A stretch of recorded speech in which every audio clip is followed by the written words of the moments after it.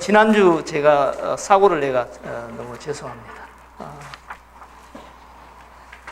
여러분들도 이제 앞으로 이 자동차 운전도 하고 하실 텐데 꼭 전방 주시 잘하세요. 그 택시가 뒤를 그냥 꽝 해가지고 그래서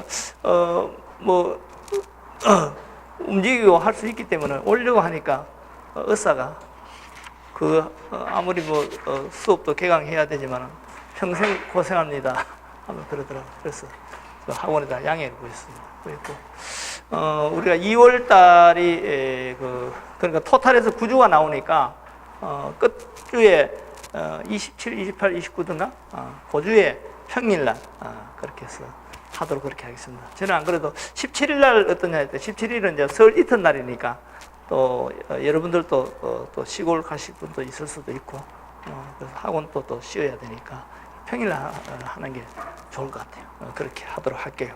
하고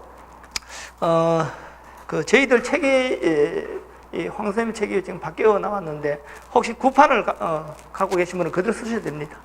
구판 갖고 쓰셔야 되고 제가 오늘 가서 한번 이렇게 검토를 해볼게요. 해가지고 이론에 추가될 게는 당연히 없는데 이제 판례 중에 추가된 혹시 이제 구판 가지신 분은 이 책 가져가서 복사하고 그렇게 하면 되니까 하고 또 심판 가지신 분 그대로 쓰시더라고. 그대로 쓰신 분은 물론 이제 책이 바뀌기 전까지 합격을 하면 가장 좋지만 그거는 1년마다 책을 그냥 관행적으로 바꾸잖아요. 그거 쓰면서. 그래서 여러분들이 갖고 계속 쓰도록 하세요. 새로 나온 거는 추가하면 되니까. 기본적으로. 대신에 이제 우리가 지금 개헌이 되면은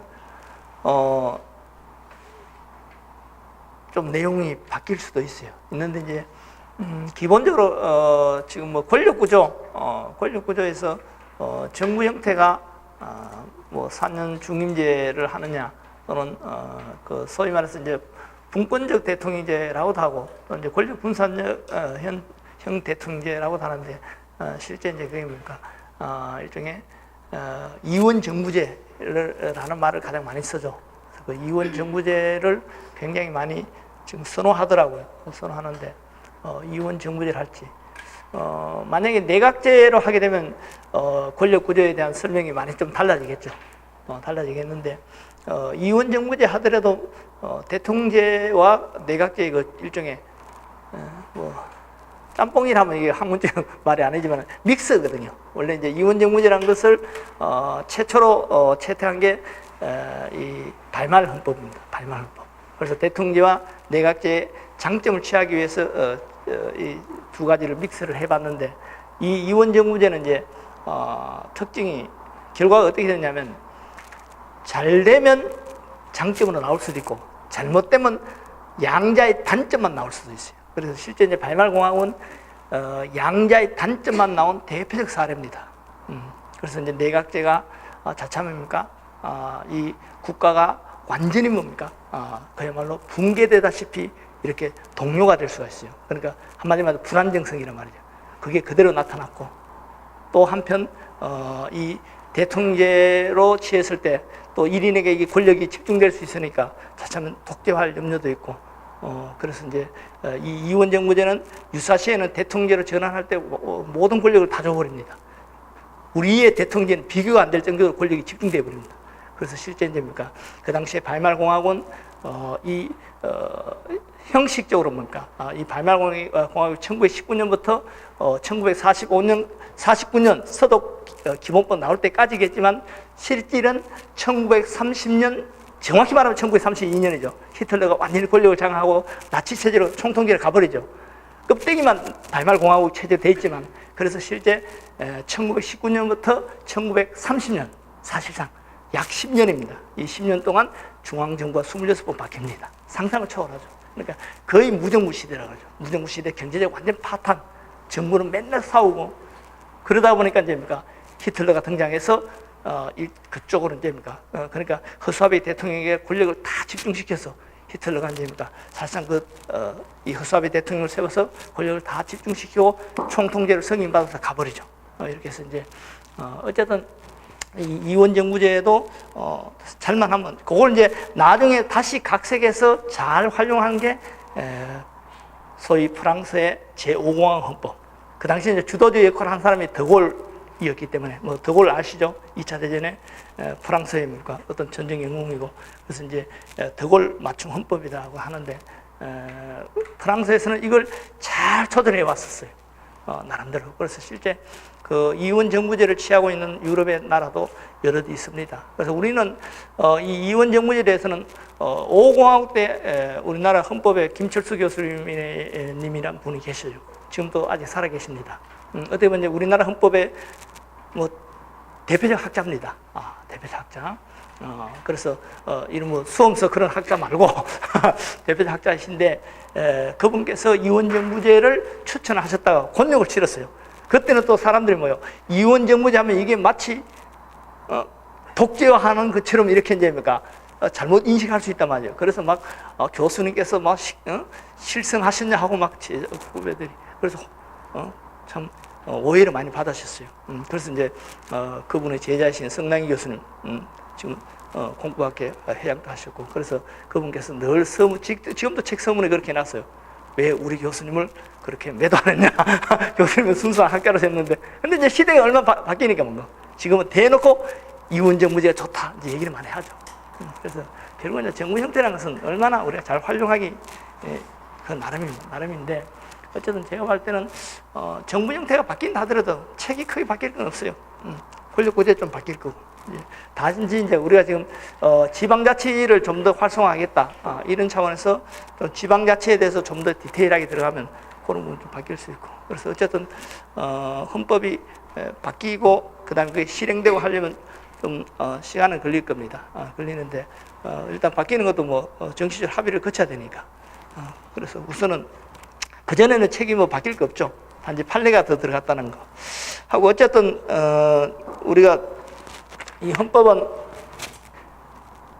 기본권 파트하고 통치구조 파트 크게 이제 두 가지입니다. 그죠? 요걸 이제 우리가 기본권을 인권이라고도 하고 통치구조는 이제 뭐 그야말로 권력구조입니다. 권력구조. 그래서 헌법은 이 두 개예요. 기본권과 통치구조 또는 인권과 권력구조 이 두 가지인데 여기서 이제 우리가 총설적인 거 모든 법학에서는 총설적인 게 있죠. 일반적으로 법학에 총론 이런 것이 어렵습니다. 여러분들 행정부를 하시면 행정부 총론이 어렵죠. 출제도 그쪽이 많이 되죠. 많이 되고 뭐 형법 같으면 예를 들어 형법 총론이 머리 아프고 강론이 별거 아니고 이런 식으로. 예? 헌법 총론도 실제 어렵습니다. 왜냐하면 이 역사라든가 이런 걸 다 망라해야 되니까. 그래서 이제 이 헌법 총론, 기본권, 통치구조 이렇게 세 파트로 이제 나눠지지만 기본적으로 헌법의 실제 내용은 목적인 기본권과 수단인 통치구조 이렇게 이제 나뉘고 그러면 이제 이 세 가지에서 과거에 한 90년대 이럴 때는 이제 출제가 통치구조에 많이 됐었어요. 거기 국회가 있고 하니까. 근데 이제 최근에 판례 위주로 많이 내다 보니까 판례가 주로 포진되어 있는 데가 기본권이거든. 기본권이 많이 출제가 되는 편입니다. 되는 편이고, 그 다음에 헌법 총론은 이게 특히 이제 역사적인 배경이라든가 이런 거 자칫 잘못 해석하면 이게 뭡니까 오류가 생길 수 있는 가능성이 상당히 있을 수도 있습니다. 그래서 이제 요즘 출제자들이 몸을 도살해가지고 판례라든가 분명한 법령 아니면 손을 안 대려 합니다. 그래서 이제 저 총론이 좀 출제가 좀 떨어졌었는데 최근에 이 총론 부분도 이제 판례가 많이 쌓였죠. 특히 뭐 선거 파트라든가 이쪽으로 판례가 많이 쌓였단 말이죠. 그래서 총론도 최근에 계속 근년에 한 4, 5년 이내에 많이 출제가 되고 있어요. 그리고 심지어는 뭐 여러분들 20문항 중에서 5문제, 6문제까지 막 나오면 그럼 적게 나오는 게 아니죠. 그래서 결국 이제 뭐 다 비등하게 나온다 이렇게 볼 수 있는데 기본적으로 이제 기본권이 가장 많이 나온다 볼 수 있어요. 이쪽에 이제 가장 영역도 많고 판례가 많이 포진되어 있고요. 실제 우리가 이 판례 강의 그것도 뭐 5시간에 또 떼고 이렇게 해서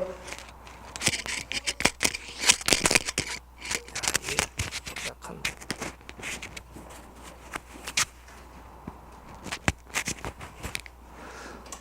해서 하기는 너무 부족한 건 사실이에요. 그래서 이 어떤 원론적인 이 논리적인 이 어떤 그럽니까 과정을 끌어내기는 너무 부족합니다. 그래서 늘 제가 강의가 실패하는 결과가 되는데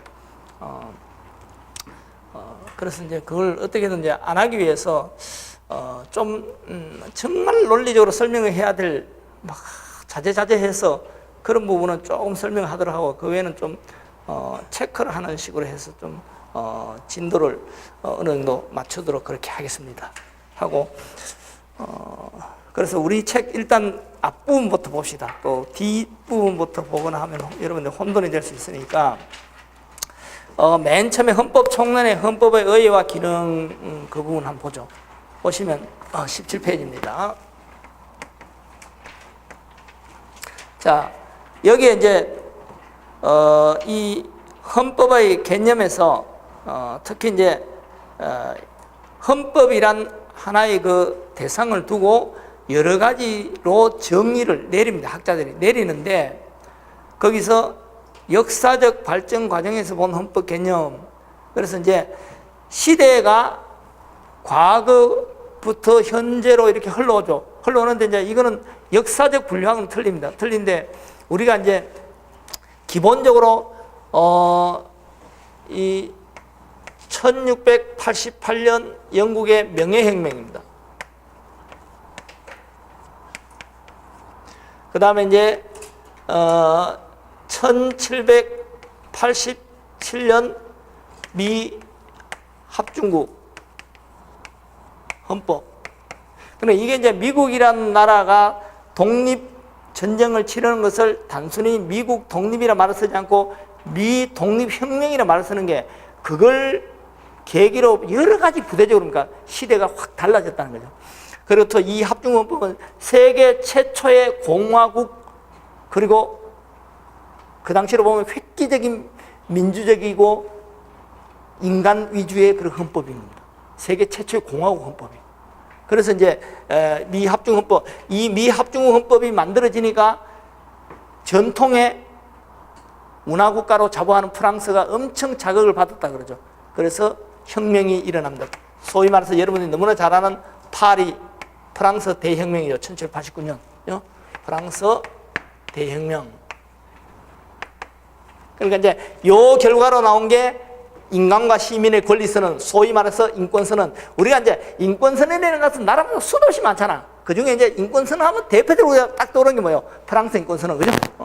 영화로도 뭐 많이 나오고 하죠. 그 다음에 이제 명예혁명 그 결과가 나온 게 뭐예요? 이게 바로 그 유명한 권리장전. 그러니까 이제 그래서 일반적으로 학자들이 영국이란 이 권리장전 이런 데는 지금부터 신시대요 이런 말이 없거든요. 없는데 프랑스 혁명은 이제 이게 어떻게 보면 뒤집어 버렸잖아.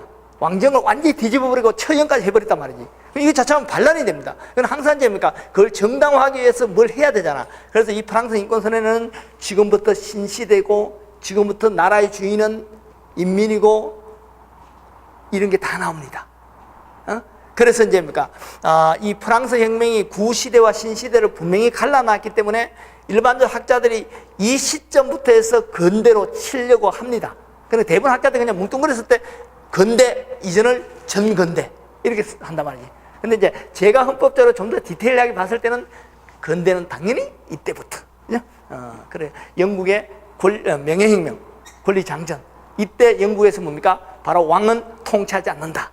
그게 그러니까 영국은 뭐 처형해버리고 이렇게 하지 않는단 말이죠. 상대를 존중해주고. 그게 이제 영국의 오랜 의회 정치입니다. 그래서 항상 영국은 야당을 야당이라 말 안 쓴단 말이죠. 잠재적 여당.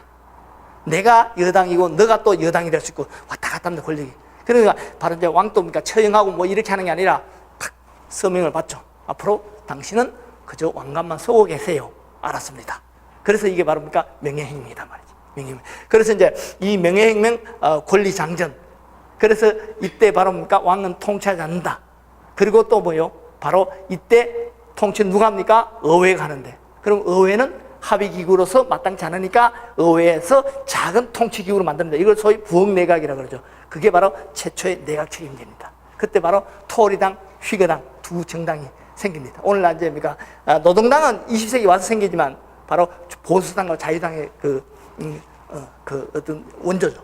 그래서 이제 실제 이때가 근대야, 이때가. 이제 그 영향으로 바로 이게 이제 미국의 이식되죠. 영국에 이제 좀 반체제 이런 사람들이 거의 다 핵심 미국을 이제 건설했으니까. 그래서 이제 미국에서 영국의 식민지로 있다가 1776년 독립전쟁을 해서 승리를 하고 약 10년간 됩니까? 어떤 나라를 만들 것인가에 대해서 특히 통합주의와 분리주의, 각 주마다 따로 만들자. 아니다. 전체를 하나로 만들자. 결국 통합주의, 연방주의가 우월하죠. 승리하죠. 그렇게 해서 미합중국 헌법이 만들어집니다. 미연방헌법.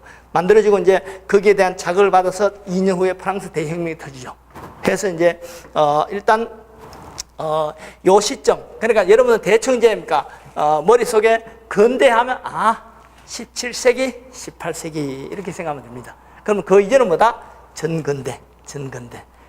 실제 이때도 수많은 나라들은 아직 근대가 오지 않았죠.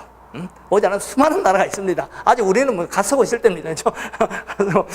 갔었다는 게 전근대적인 얘기는 아니고.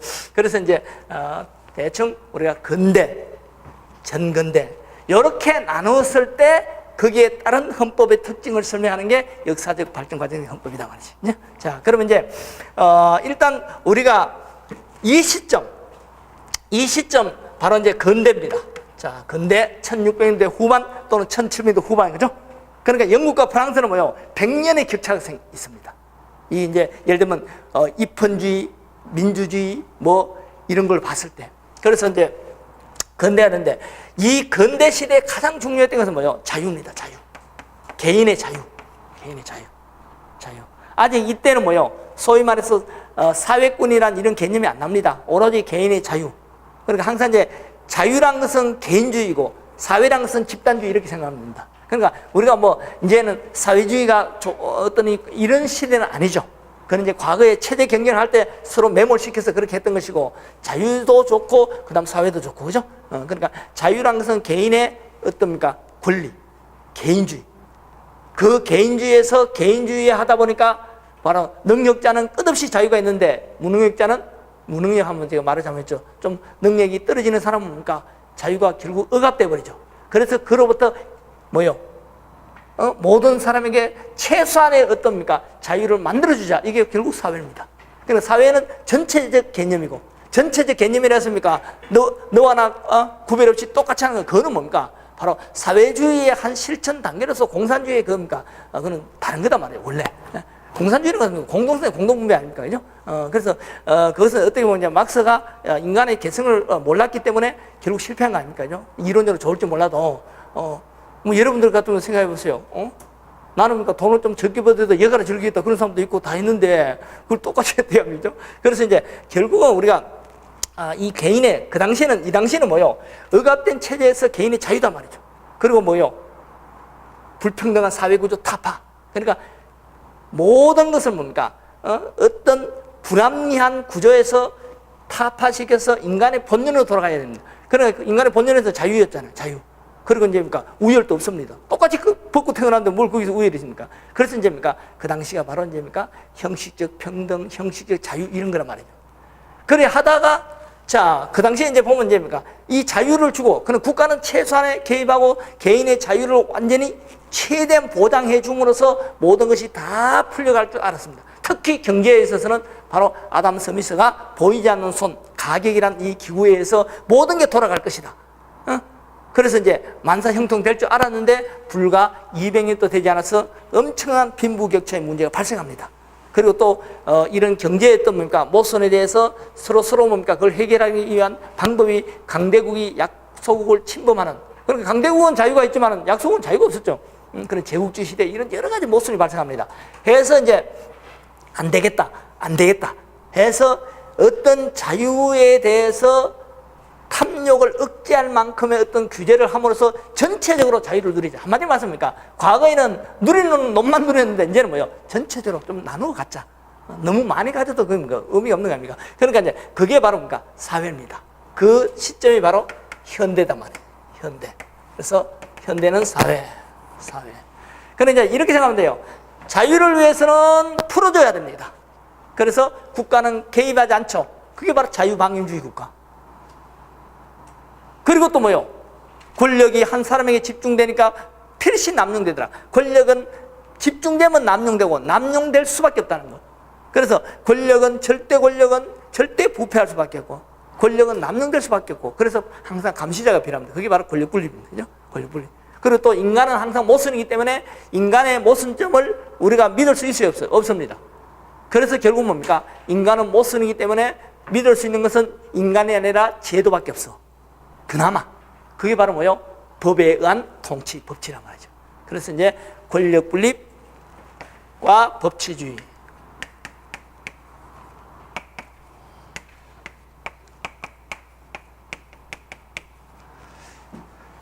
그런데 현대에서는 뭐예요? 현대에서는 이 개인의 자유를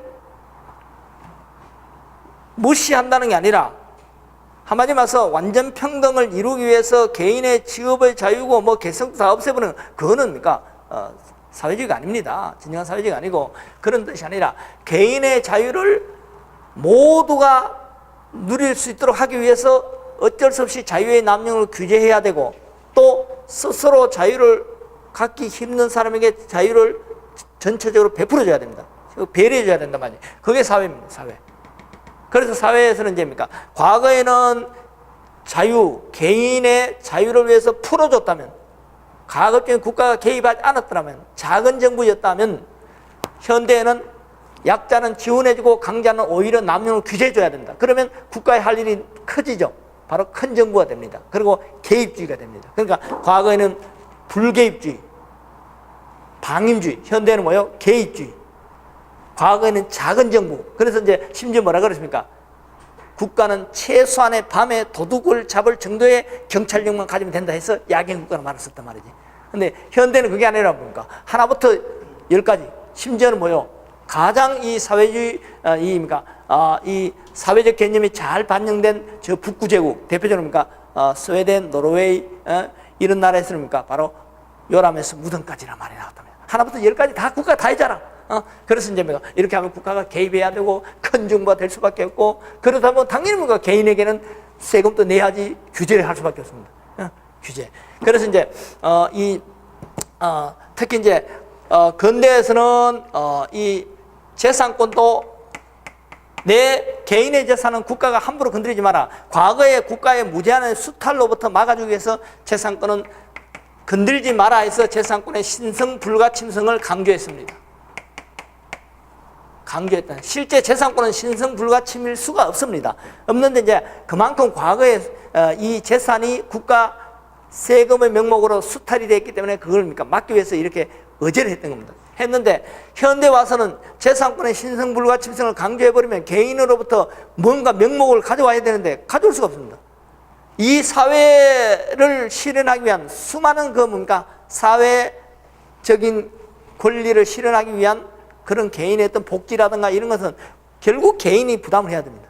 부담을 해야 되니까 결국 재산권의 신성 불가침성 이런 걸 강조하면 안 되겠죠. 그리고 이제 국가가 개입해야 되고 개인은 규제를 해야 됩니다. 그러니까 과거에는 시장도 자유방임주의 같으면 현대에는 뭐요? 바로 개입주의가 된단 말이에요. 그래서 과거에는 순수한 시장경제, 자유시장경제 같으면 현대는 뭡니까? 사회 전체적으로는 어떤 부조리라든가 이런 걸 제거하는 그런 것을 우리가 이제 국가가 적극적으로 규제하고 개입하는 것을 사회적 시장경제라고 말씀합니다. 그래서 일단 현대 사회에 있어서는 특히 이제 뭡니까? 특히 이 재산권 부분이 많이 축제가 되지만은 재산권의 신성 불가침성 이런 걸 더 이상 강조하면 안 되겠죠. 그래서 재산권은 전체 사회의 공공의 이익을 위해서 국가는 개입을 즉 규제를 할 수 있고 또 개인은 거기에 대해서 복종을 해야 되고 그래서 재산권은 나 개인만의 것이 아니라 우리 전체의 어떻습니까? 공공의 이익에 봉사해야 된다는 기본적인 의무를 안고 있습니다. 이걸 재산권의 공공복리 적합 의무. 그래서 재산권의 한마디 말해서 재산권을 뭘 해야 됩니까? 우리 사회 전체의 공리를 위해서 규제를 받습니다. 이걸 재산권의 사회적 제약성. 우리 헌법에는 어떻게 되어 있습니까? 23조 2항에 재산권의 공공복리 적합 의무 이렇게 되어 있습니다. 그래서 재산권의 사회적 제약성, 다른 말로 하면 과거의 재산권은 뭐였어요? 하늘의 권리다, 신성. 그러니까 함부로 건드리지 말라는 겁니다. 특히 유럽 제국은 기독교관이 강한 나라들이기 때문에 하늘 하면 꼼짝을 못했습니다. 그래서 이제 우리가 천부권 이런 말이 나왔단 말이지. 근데 재산권은 하늘로부터 내가 부여받은 권리니까 원칙적으로 건드리지 마라. 안 건드릴 수가 없죠. 강조한 거다 말이지. 근데 이제 뭡니까? 재산권은 사회 전체적 이익을 위해서 제한을 받는다. 복종해라. 그러니까 재산권은 하늘의 권리가 아니라 국가의 공공시책을 위해서 의회가 법으로 정한 법인 내에서 제한받는다. 이걸 다른 말로 하면 재산권의 실정권성이라고 합니다. 자, 여기서 이제 실정권이라는 말은 실제 만든 이런 말입니다. 실제 만든. 자연권 하면 뭐요? 태어날 때 하늘로부터 부여받은 권리, 이 자연권. 실정권 하면 항상 이제 우리 헌법 하니까 기본적으로 법 없이 움직일 수 없다고 생각하세요. 그러니까 법에 의해서 만들어진 권리. 실정권. 자, 그래서 재산권은 이제 하늘의 권리가 아니라 국가의 법에 의해서 제한을 받는 권리입니다. 땅의 권리가 되는 거예요. 지상의 권리.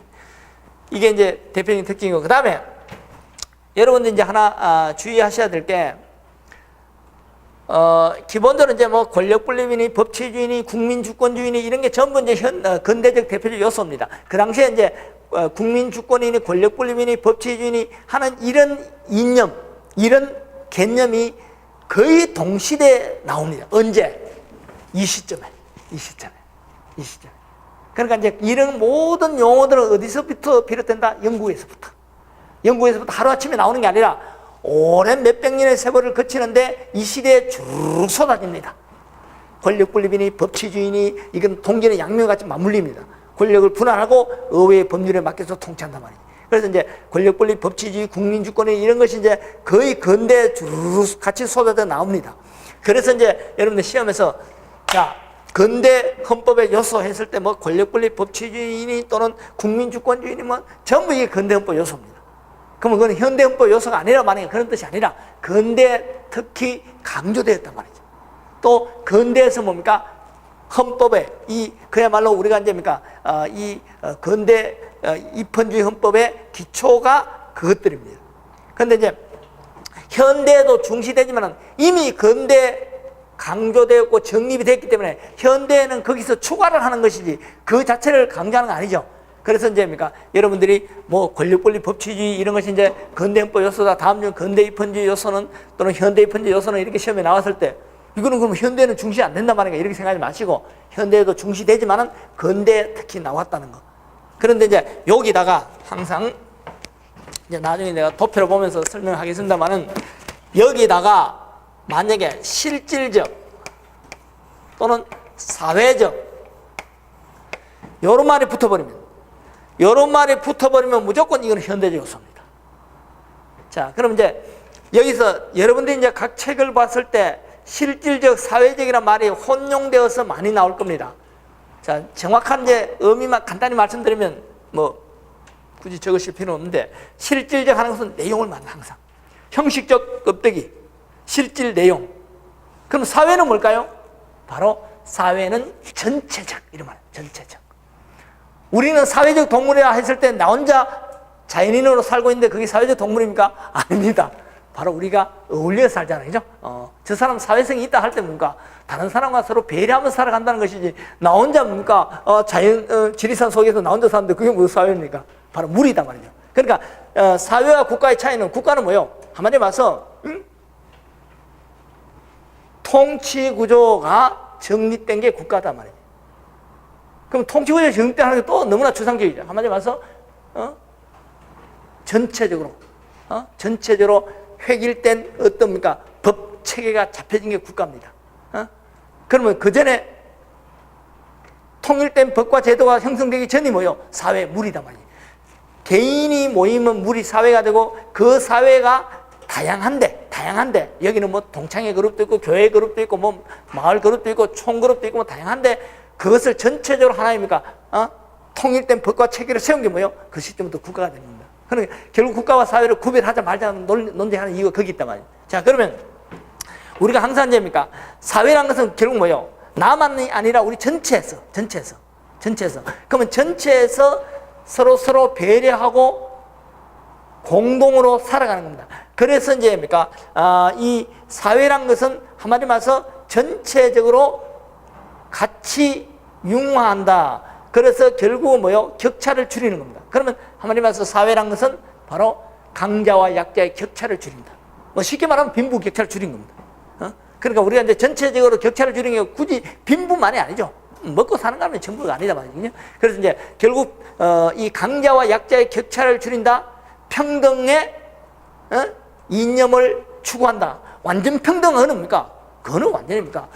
획일적이고 완전 평등은 바람직하지도 않습니다. 저마다 개성이 있지만 그러나 최소한의 우리가 인간답게 살아가야 될 그 기초는 마련돼야 된다 말이거든요. 그래서 이제 한마디로 말해서 전체적으로 격차를 줄인다. 평등을 보다 더 실현한다. 이게 사회적입니다. 그럼 실질적인 뭐야? 껍데기가 아니라 내용. 권력이 분립되어 있습니다. 입법부 있고 집행부 있고 사법부 있는데 대통령이 다 합니다. 이거는 형식적으로 권력이 분립되지만 실질적으로 권력 통합입니다. 1인 집권이다. 그래서 실질적 하는 것은 뭐예요? 실제 그렇다. 내용. 바로 팩트. 자, 그래서 이 실질적 사회적이라는 것은 서로 다른 개념인데 이게 같이 현대에서 그러니까 진행이 되다 보니까 학자들이 자꾸만 사회적 법칙이 실질적 법칙이 막 혼용해 써버리니까 여러분 헷갈립니다. 그냥 너무 구애하지 마시고 실질적 사회적 하는 것은 현대에서 말합니까? 형식이 아닌 내용과 그다음에 빈부의 격차 등을 줄이는 것이 동시에 진행되고 있다.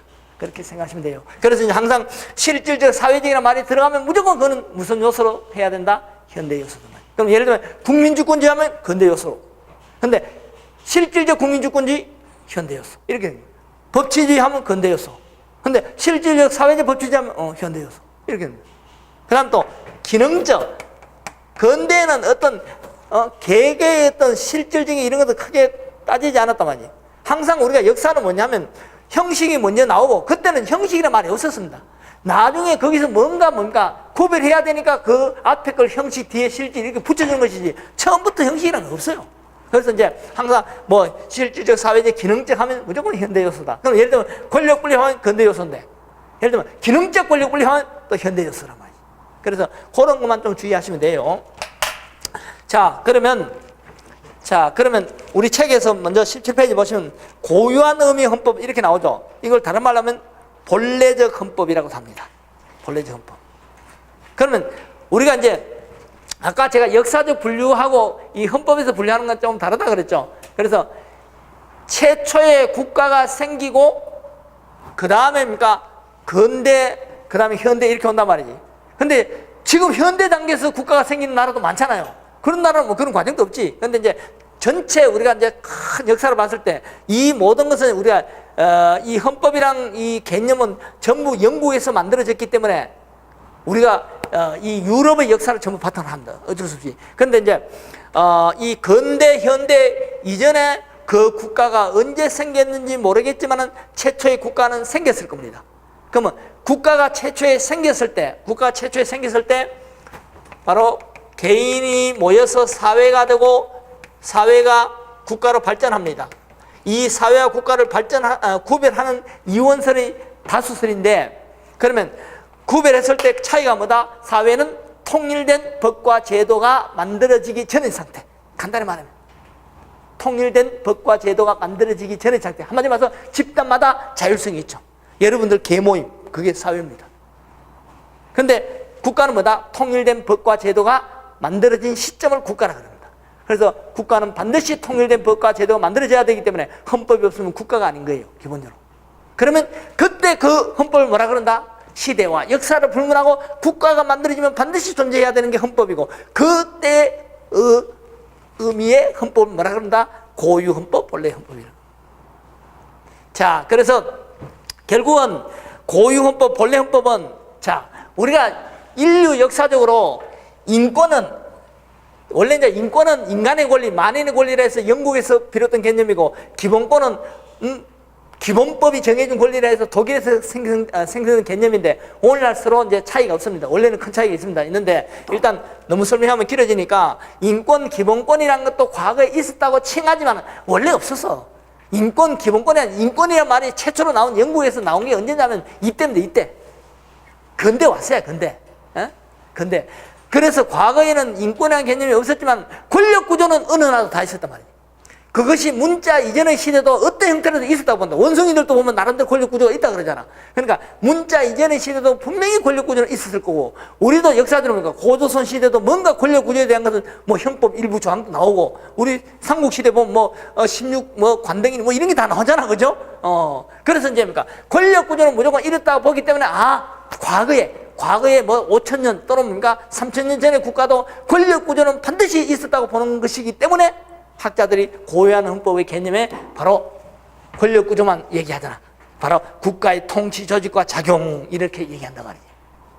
근데 이제 한마디로 말해서 헌법이라는 것은 뭡니까? 두 가지죠. 오늘날 헌법하면 목적인 기본권, 그 다음에 수단의 통치 구조. 두 가지 헌법의 핵심이에요. 그러니까 우리도 뭐요? 앞에 총강해서 전문이 나오고 총강해서 한 구조까지 나오고, 그 다음에 바로 인간의 권리와 국민의 권리와 의무회가 인권이 먼저 나오고, 그 다음에 수단의 통치 구조가 이제입니까? 그것도 대표인 의회, 그 다음에 집행부인 대통령과 행정부, 그 다음에 사법부인 법원, 그 다음에 이제 뭡니까? 선관위, 헌법재판소 이렇게 쭉 나오죠. 그래서 어쨌든 뭡니까? 이 통치 구조가 과거에도 있었기 때문에 고유한 헌법의 개념을 이렇게 정립합니다. 한데 여기서 여러분들입니까?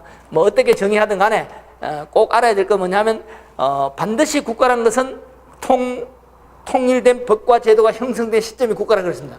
통일된 법과 제도가 없으면 국가가 아니고, 그 통일된 법과 제도의 정점에 뭐가 있다? 헌법. 헌법은 오로지 국가에 하나밖에 없어요. 국가에 여러 개 있으면 뭐야? 그건 연방국가입니다. 연방국가는 뭐예요? 전체적으로 하나의, 대외적으로 하나의 국가지만은 대내적으로는 여러 개 나눠진 추가 국가다 말이죠. 그러니까 바로 대내적으로 주마다 헌법이 따로 있지만, 그러나 연방헌법이 최고다, 이런 걸 이제 명시하게 되는 겁니다. 그래서 일단 여러분들 뭐요? 기본적으로 고유한 의미의 헌법은 뭐다? 고유한 헌법은 국가가 최초에 생성될 때, 국가가 생성될 때 뭘 하겠습니까? 자, 이 그림을, 국가가 생성될 때 사회는 뭘 하겠어요? 국가를 만들자, 협의를 할 거 아니야. 이때 최고의 합의가 있겠죠. 최고의 합의 또는 근본 합의가 있겠죠. 그 근본 합의에서 국가가 만들어지는데, 이 근본 합의 또는 뭐요? 최고의 합의, 이게 뭐요? 헌법이다 말이지. 이게 무슨 헌법이다? 고유 헌법입니다. 그래서 우리는 뭘 하자? 예를 들면 이원 정부제를 하자, 대통령제를 하자, 내각제를 하자, 아니면 총통제를 하자, 아니면 왕정으로 가자, 뭐 할 게 아니야. 그래서 이제 뭡니까? 국가가 만들어지기 전에 반드시 어떤 근본 합의가 있었을 테고, 사회 상태에서 그 합의가 뭐다? 헌법이다. 이것을 뭐라고? 고유헌법, 본래헌법. 그러면 이게 없으면 국가입니까? 아닙니까? 아니죠. 그래서 고유헌법이 없다는 것은 무조건 틀린 지문이다. 반드시. 그러니까 모든 국가에 존재한다. 체제와 시대를 떠나서 모든 국가에 존재하는 헌법은 뭐예요? 고유헌법. 또는 고유헌법이 없다. 예를 들면 사회주의는 고유헌법이 없다든지, 또는 전근대에는 없다든지 하면 무조건 틀린 지문이에요. 이게 없으면 국가가 아니에요. 그것만 주의하면 돼. 그리고 이제 뚝 잘라버립시다. 뚝 잘라버리고 근대헌법.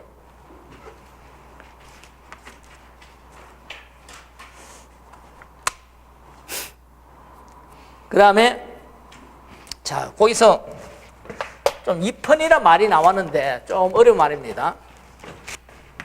제가 한문을 잘 안 씁니다. 쓸 줄도 모르고.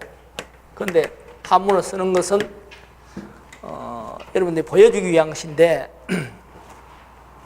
제가 원어를 쓰거나 독어를 쓰거나 영어를 쓰거나 할 때는 굉장히 제가 대단한 이유가 있습니다.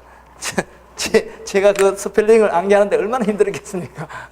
그만큼 이제 보여주기 위한 건데, 이게 설립자야. 헌법을 세운다는 말이에요. 아니, 입헌 헌법을 세우는 게 그게 뭐야? 헌법을 만들었구만. 자, 단순한 그런 의미가 아니라, 그 당시에 1700년대 이 시점에 헌법을 세운다는 것은 혁명입니다. 여러분들 헌법은 역사를 보면 중국이나 이런 데 뭡니까? 중국, 바로 이제 뭡니까? 국공 내전 일어나기 전에 바로 이제 중국이 뭐예요? 청나라가 완전 사실상 붕괴되고, 그때 이제 뭡니까? 새로운 혁명가들이 뭐예요? 우리도 헌법을 하자 하지만 계속 뭡니까? 탄압되고 막 실패하고 하잖아. 도대체 헌법은 뭔데?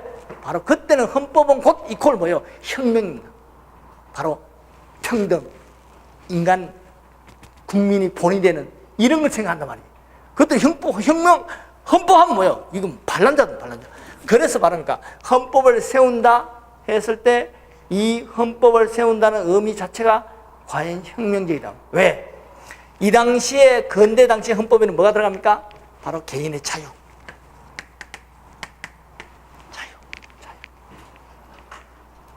아직 사회 같은 건 나오기도 전입니다. 자유가 있고 그 다음에 이제 문제점이 있으니까 사회가 나오지. 그 다음에 이 자유를 실현하기 위해서는 반드시 필요했던 게 뭐예요? 권력 분립주의. 그럼 권력을 분할시키면 뭐예요? 권력만 분할시켜놓고 또 왕이 해버리면 의미가 없잖아. 권력을 분할시켜놓고 왕은 못 믿으니까 누굴 믿을 수 있어? 그래도 믿을 수 있는 게 우리가 직접 뽑은 대표장. 이게 뭐예요? 의회. 그 의회가 만든 게 뭐예요? 법률. 근대는 법 이퀄 법률이야. 법, 넓은 의미의 법하면 뭐예요? 최고법이 헌법이 있고 가상, 이거는 이제 저 위에 존엄하게 있습니다.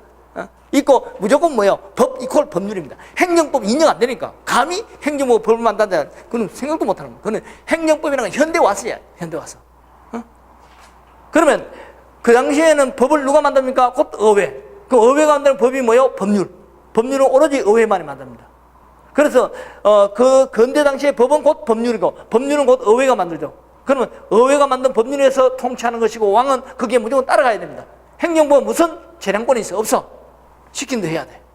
이게 뭐예요? 법률이란 통치, 법치주의잖아.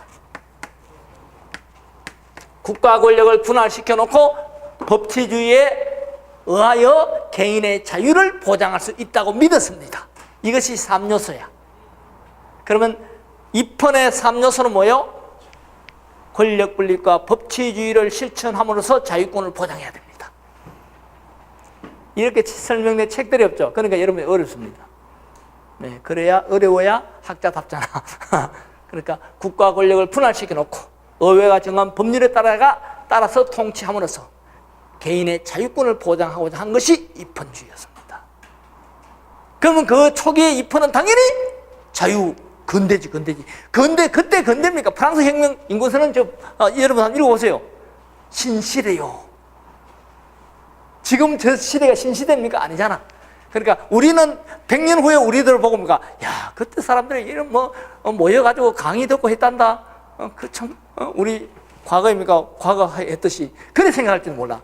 그러니까 항상 지금 시점은 신시대단 말이지. 그러니까 바로 저 당시에 입헌주의가 나올 때 바로 그러니까 저 세 가지 요소가 불가분적인데 나중에 이제 현대 와서 뭐요? 거기서 뭔가 좀 새로운 개념을 넣기 위해서 구별하기 위해서 저걸 근대로 붙였단 말이지. 그래서 이제 근대. 어쨌든 입헌하면 요 세 가지입니다. 자, 그럼 이제 여기서 북한 같은 사회주의 체제는 뭐예요? 권력 분립을 인정하지 않죠. 권력 통합입니다. 사회주의는 권력 통합의 요소입니다. 그 다음에 사회주의는 또 뭘 인정하지 않습니까? 완전 평등을 실현하는데 원래 사회주의는 그게 아닌데 지금 사회주의 정확한 의미가 지금 왜곡되어 있습니다. 공산주의하고 사회주의하고 지금 이깁니까? 혼돈되어 있단 말이지. 사회주의 실천 방법에서 공산주의가 프랑스 사회주의 그 시조들 생시몽이나 이런 사람들입니까? 그건 공산주의를 받았으면 깜짝 놀랄 거예요. 자, 그래서 이제 이 공산주의가 완전 평등을 실천하기 위해서입니까? 개인의 자유도 없고 공동성의 공동무 이렇게 된단 말이지. 그래서 일단 뭐요? 이 권력 분립과 법치주의를 실천하면서 자유권을 보장하는 거 이것이 이제 뭡니까? 입헌인데 그렇다면 권력 분립이 인정되지 않고 권력 통합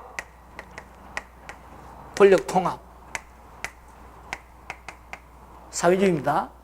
그 다음에 자유권이 인정되지 않고 완전 평등.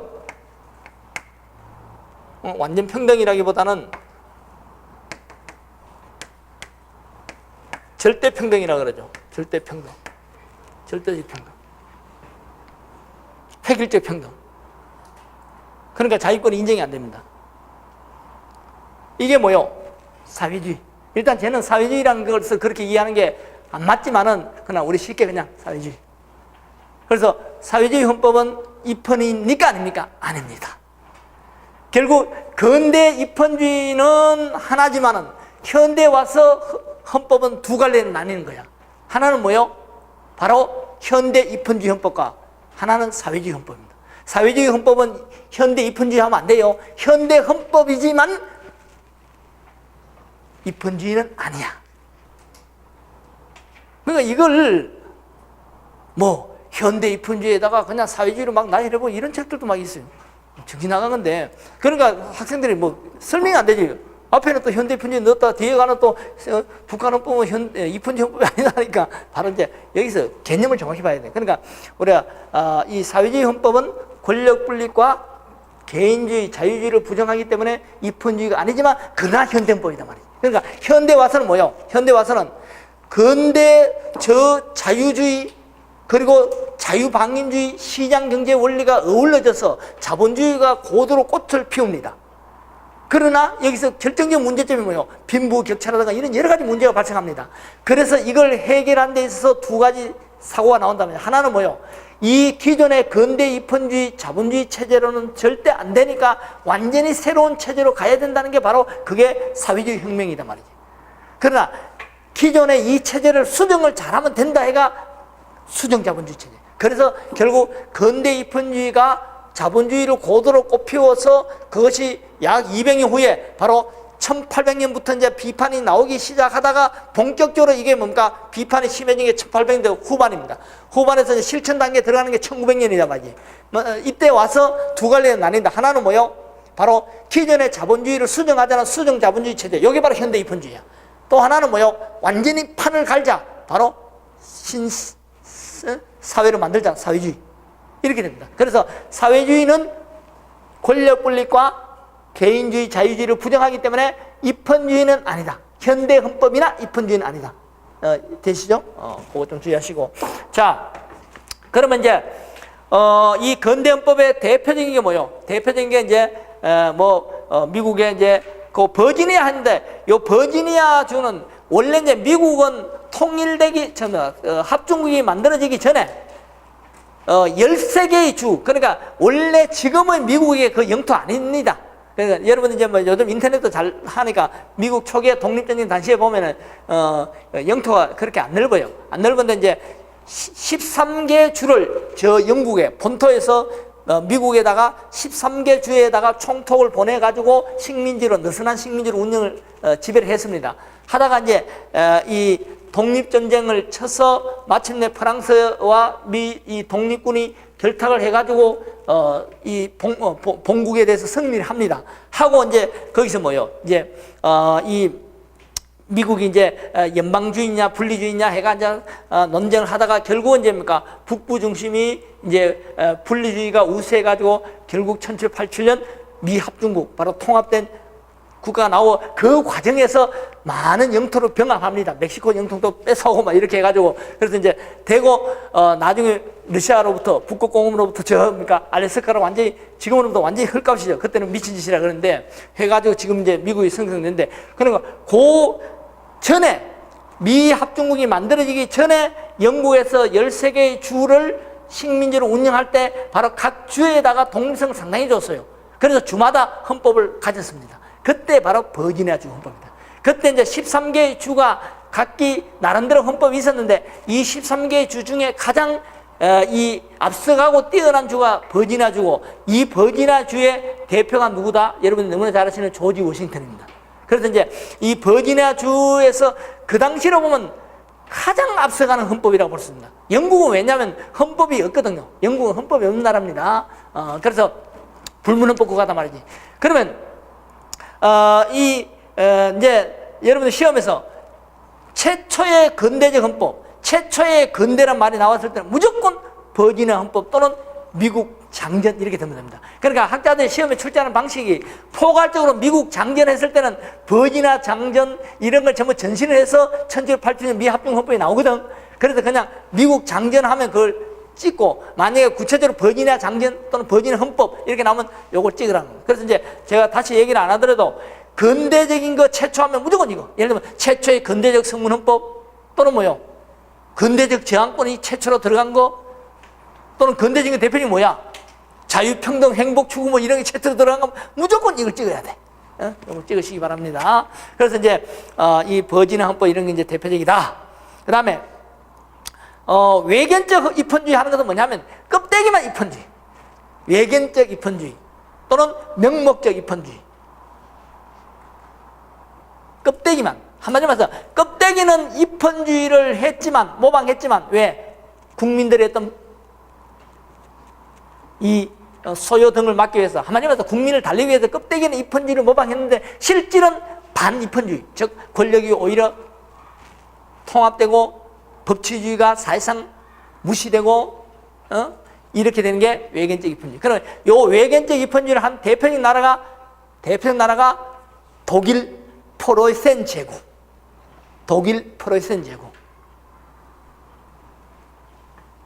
그러니까 독일은 원래 뭡니까? 35연방 4자유시로 사실상 분할되어 있었는데 원래 독일은 신성 로마 제국이란 큰 국가입니다. 그러니까 고대 로마를 다시 일으키겠다 하는 기치를 내고 신성 로마 제국인데 그 신성 로마 제국은 나중에 뭡니까? 내부적으로 분열이 일어나면서 35연방 4자유시로 사실상 권력이 분할됩니다. 그러니까 지금 또 독일 유학 갔다 온 사람들 얘기 들으면 이제 많이 여행한 사람들은 독일 여행의 가장 재미가 지방마다 특색이 다 다르다는 거죠. 그게 이제 상당히 다르다 그래요. 왜? 실제 35연방 4자유시가 사실상 분할되어 있으니까. 그러면 그 35연방 4자유시에서 두 맹주가 있었는데 여러분들이 너무나 잘 아는 하나가 프로이센, 하나가 오스트리아. 지금의 오스트리아 아닙니다. 상당히 강대국입니다. 그러면 이 두 가지가 서로 계속 협상이 안 됩니다. 이 둘에 이제 붙어 있는 또 작은 맹주들이 있었단 말이지. 그럼 협상이 안 되다가 1870년대 비스마르크란 독일의 이 유명한 재상이 나타납니다. 이 사람은 수상이 이제 뭡니까? 오로지 전마들하고 합치는 건 불가능하다. 즉 소독일주의에서 프로이센만으로 나가고 그 다음에 철렬정치 다 필요 없다. 바로 대포와 피, 즉 부강시키고 전쟁하고 해서 병합시키고 이렇게 해야 된다. 해가 이제 그게 바로 프로이센 제국이 성립이 된단 말이지. 그렇게 해서 이제 뭡니까? 나가서 나중에 1차 대전을 일으키고 이렇게 됩니다. 되고 이제 발말공화국 그 다음에 또 히틀러 시대에 오고 이제 서독기본법 이렇게 나가는데 그래서 이제 그때 프로이센 제국이 바로 뭡니까? 형식은 입헌주의를 모방했지만 실질은 뭐요? 강력한 그런 일종의 이제 반입헌주의입니다.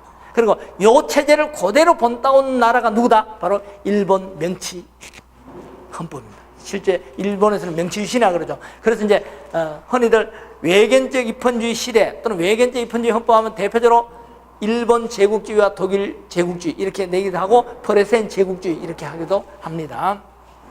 하고 이제 요건 나중에 여러분들이 기본권에 가면 이 외견적 입헌주의 시대는 자유란 것을 명시하면서도 법률에 따라 달리할 수 있다 해서 법률에 가보니까 자유를 다 억압해버립니다. 한마디로 말해서 법률에 하여 자유를 사실상 억압하는 이런 체제를 외견적 기본권 또는 명목적 기본권이라고 합니다. 그러니까 외견적 입헌주의, 명목적 입헌주의 시대는 외견적 기본권, 명목적 기본권이다. 그렇게 생각을 해주시면 되겠어요.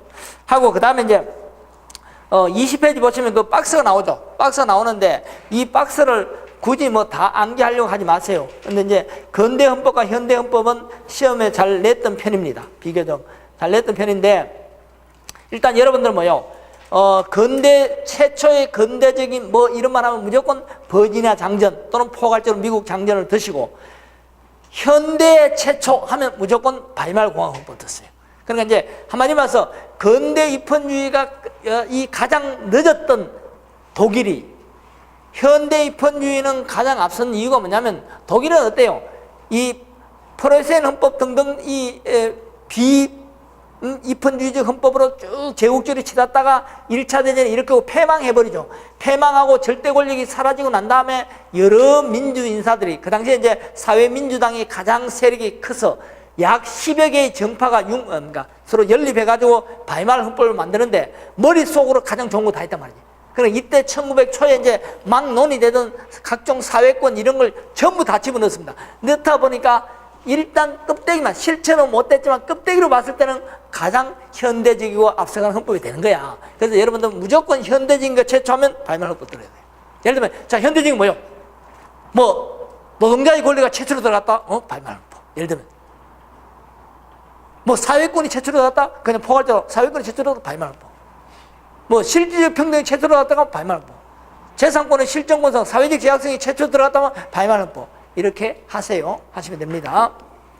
그 다음에 이제 아까 제가 얘기했죠. 국민주권이니 권력분립이니 뭐 법치주의니 이런 것이 아무 말 없이 들어가면 근대 요소로 들고 형식적 이런 말 안 쓰더라도 근데 거기다가 실질적 사회적 이런 말이 들어가면 무조건 현대 요소로 들으라. 그거 좀 주의하시고 그다음에 시장 경제도 뭐요? 그냥 자유시장 경제 또는 순수 자유시장 경제 그렇게 안 하고 그냥 시장 경제 하더라도 근대 요소. 근데 거기다가 사회적 또는 실질적 이런 말이 들어가면 뭐다? 현대 요소. 즉 사회적 하는 말은 뭐요? 이제는 자유방임주의가 아니라 규제 조정을 한다는 거죠. 우리도 많이 하잖아. 그죠? 그런 것 좀 주의하시면 되겠고. 그 다음에 이제, 재산권에 대해서 또 잘 내는 편이다 그랬죠. 재산권. 그리고 권력 분립. 근대는 뭐요? 과거에 군주로부터 혼쭐이 났죠. 무조건 갈라놔야 됩니다. 무조건. 그래서 엄격한 권력 분립이란 말이지. 근데 현대는 뭐요? 이제는 그런 절대 권력이 사라졌습니다. 그런 권력이 아직도 남아있는 나라가 있을 수 있지만 거의 사라졌단 말이에요. 이제는 뭐요? 권력이 남용되는가가 문제가 아니라 얼마나 권력이 국민을 위해서 봉사하느냐가 중요합니다. 그래서 이제는 뭡니까? 너무 권력을 뭐 분할시키고 거기에 역점 두기보다는 어떻게 권력끼리 잘 협조하느냐. 조화, 융화, 협조. 이걸 뭐라 그런다? 바로 권력 분립이 약화된다. 이제는 먼저 오히려 우리 대통령도 그러잖아요. 국회가 막 통제하면 뭐라 그럽니까? 발목 잡지 마라. 나 잘하려고 하는데. 바로 권력 분립이 이제 능사가 아니라 권력의 조화, 협조, 융화, 협조. 그래서 오히려 뭡니까? 권력 분립은 약화된다. 과거에는 엄격한 권력 분립 또는 강한 권력 분립. 오늘날은 뭐요? 엄격하면 안 되고 완화된 권력 분립 또는 약한 권력 분립. 권력의 융화, 협조. 그런 것 좀 주의하시면 되겠어.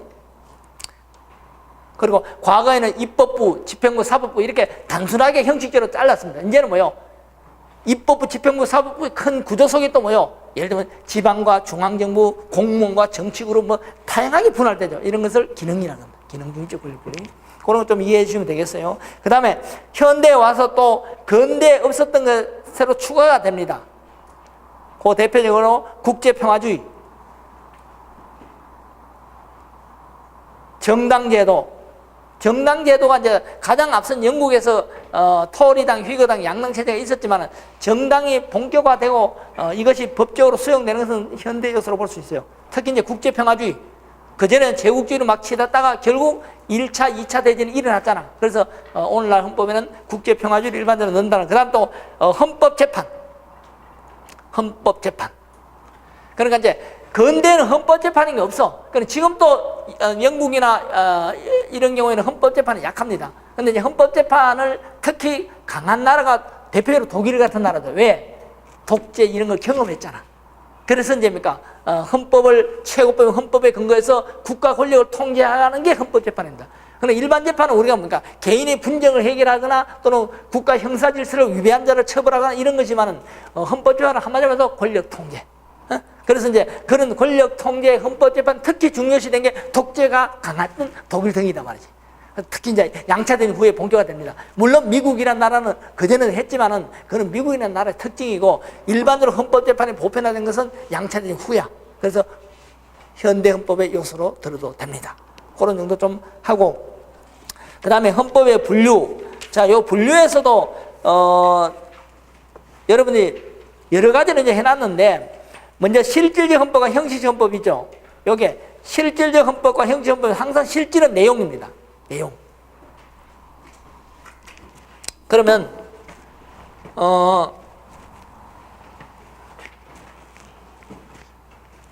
자, 아까 제가 헌법의 양대 축은 두 가지라 그랬지. 목적인 기본공학, 수단인 통치구조. 헌법 총론에 가서 뭐 헌법의 역사, 개념 이런 겁니다. 그래서 이 두 가지를 뭐라 그런다? 헌법사항이라 그래. 헌법사항. 자, 헌법사항을 꼭 기억하세요. 헌법사항. 헌법사항을 뭘 말한다? 목적인, 주인이 누굽니까? 권력구조가 아니라 우리죠. 국민이 갖는 게 뭐요? 기본권. 권력구조가 갖는 게 뭐요? 대통령이 갖는 게 뭐요? 권력이지, 권력. 권력은 기본권 밑에 있죠.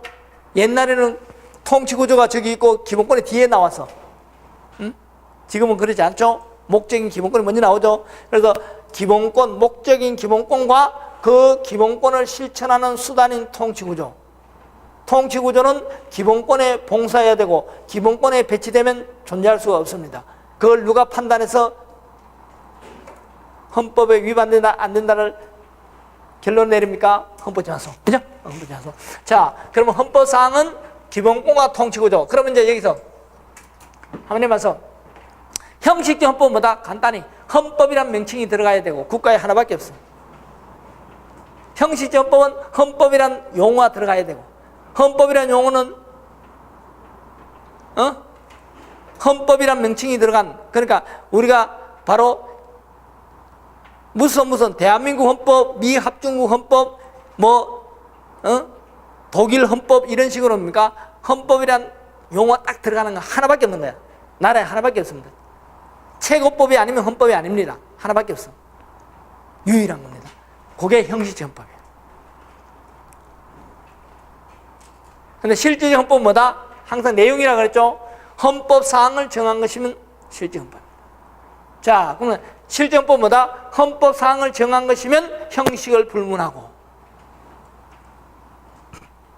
자, 그러면 실질적 헌법은 헌법 전으로만 존재하는 게 아니라 헌법 전에도 있고 법률에도 있고 명령에도 있을 수 있습니다. 그지? 헌법 사항을 정한 것은.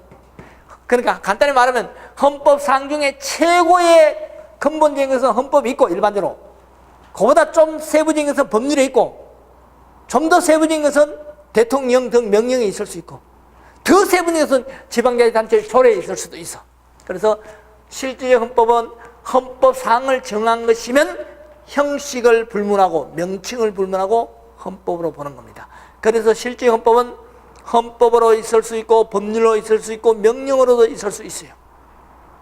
그럼 시험에 주로 많이 내는 게 뭐니까 그런 것이 통치구조에 많기 때문에 예를 들면 정무조직법, 국회법, 법원조직법은 형식적 헌법은 아니지만 바로 통치구조에 대한 거죠. 실질 헌법이다. 시험에 뭐 그렇게 잘 안 냅디다마는 예를 들면 통신비밀보호법 이게 뭐예요? 형식 헌법은 아니지만 기본권에 대한 거잖아. 그대로 실질 헌법이다 이렇게 되는 거예요. 근데 이제 형식 헌법은 뭐야? 오로지 하나밖에 없습니다. 헌법이란 명칭이 들어간 바로 헌법전을 말합니다. 그러면 이 형식적 헌법이 없는 나라가 있어요. 그게 바로 불문헌법 국가다. 영국. 그래서 이거 이제 응용돼서 한번 시험에 냅니다. 영국에 없다 할 때의 의미는 뭐다? 형식적 헌법. 자, 고유한 의미 헌법은 무조건 다 있다 그랬죠. 북한에 없다 입헌지 헌법. 영국에 없다 형식적 헌법. 그러면 실질적 헌법은 뭐요? 결국은 이 두 개 중에 이거는 없을 수 있지만 이거는 없을 수가 없다 그랬지. 그러면 결국 이 두 개 중에 이거에 없을 수가 없으니까 실질적 헌법은 헌법사항을 정한 것이면 되는데 이게 그럼 없는 나라가 있겠어요? 없겠어요? 없겠죠. 그래서 결국은 실질적 헌법도 항상 존재한다. 그래서 이제 모든 나라에 존재한다, 항상 존재한다. 이게 없다는 것은 무조건 틀린 지문이 되는 게 고유한 의미 헌법, 그걸 주로 많이 출제합니다. 그 다음에 또 하나가 실질적 헌법입니다. 그러면 실제 고유한 헌법과 실질 헌법은 그럼 대놓고 따져보니까 학자들이 뭐요? 결국 같은 게 아니냐는 같다는 게네. 그러나 구별하자는 게네. 그래서 거기까지는 여러분 학문적이니까 생각할 필요 없고 고유한 의미 헌법이든 실질 헌법이든 무조건 존재한다는 거. 그리고 고유한 의미 헌법은 역사적 발전 단계에서 개념을 정리한 것이고 실질 헌법은 형식 헌법과 비교한 겁니다. 그죠? 그러면 실질 헌법은 뭐다?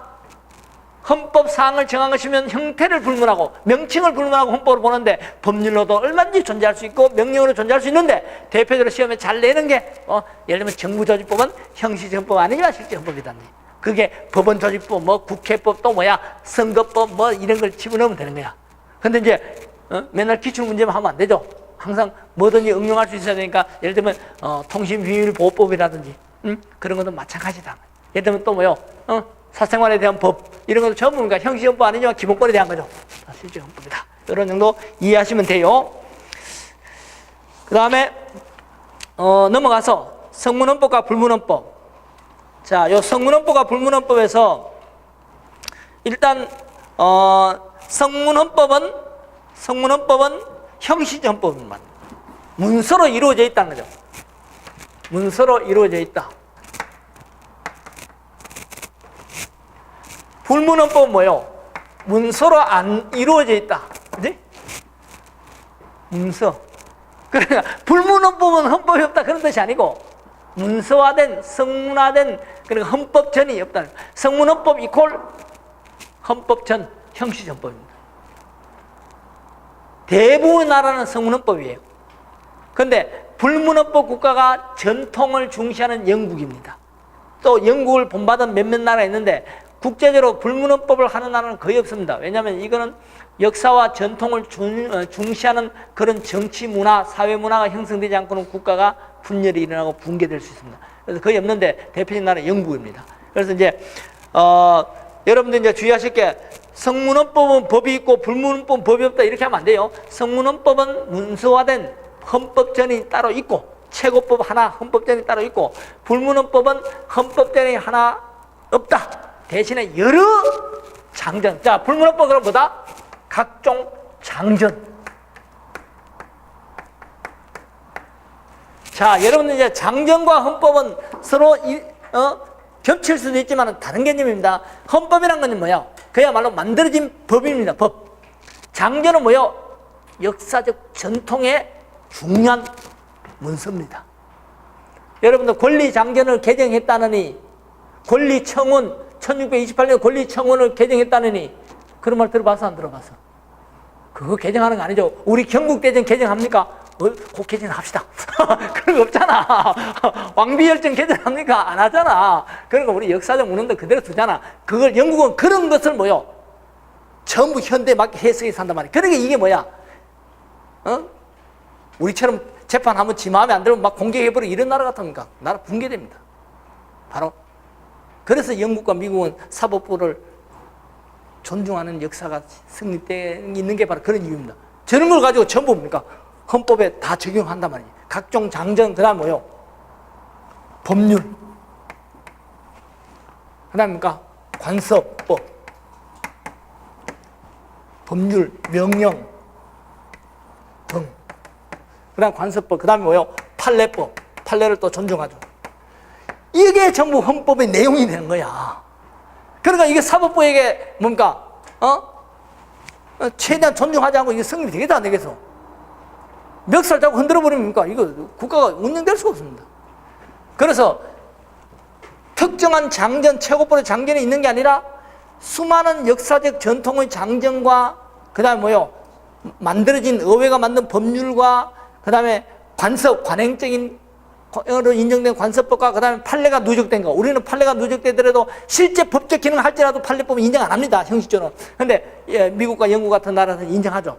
미국은 연방국가다 보니까 성문의 헌법을 두고 성문헌법 국가로 되어 있지만 실제 그 체제는 불문헌법 국가처럼 많이 운영됩니다. 그래서 혼합국가라고 하는데 일단 미국은 그러나 성문헌법 국가로 분류해야 됩니다. 합동헌법이 있으니까. 근데 영국이 이제 대표적으로 헌법이 없어요. 그래서 영국에 성문헌법이 있다 틀렸죠. 영국에 형식적 헌법이 있다 틀렸죠.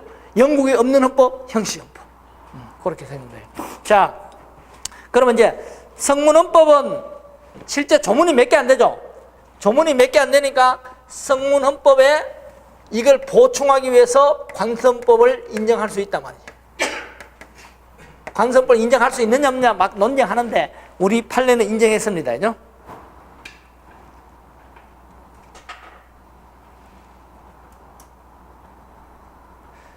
특히 이제 이런 건 제가 좀 이제 책들 보면은 설명이 명쾌하지 못한 책들이 많이 있는데 마치 불문헌법과 관성법을 똑같이 취급하는 그게 아니죠. 불문헌법이라는 이 큰 테두리 속에 관성법은 일부분입니다. 그래서 불문헌법이라는 것은 성문의 헌법전을 안 둘 뿐이지 법이 없는 게 아닙니다. 수많은 법이 있고 수많은 장전이 있고 그 수많은 법과 장전과 관습과 판례가 누적되면 이것이 하나의 법으로 기능하는 것을 불문헌법 국가라고 한단 말이지.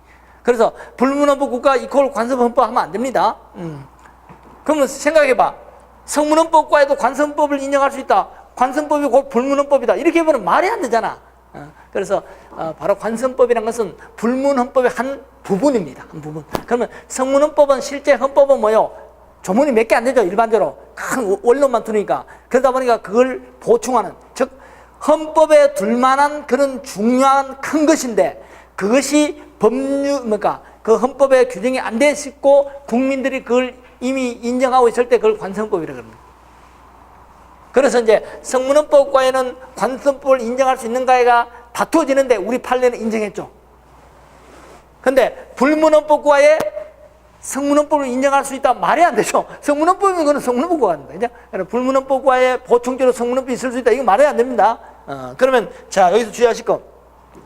성문헌법과의 관선법을 보충제로 인정할 수 있는데 항상 뭐요? 성문헌법과의 관선법을 인정하게 되면은 자 헌법 밑에 법률이란 게 있고 법률 밑에 이제 명령이란 게 있죠.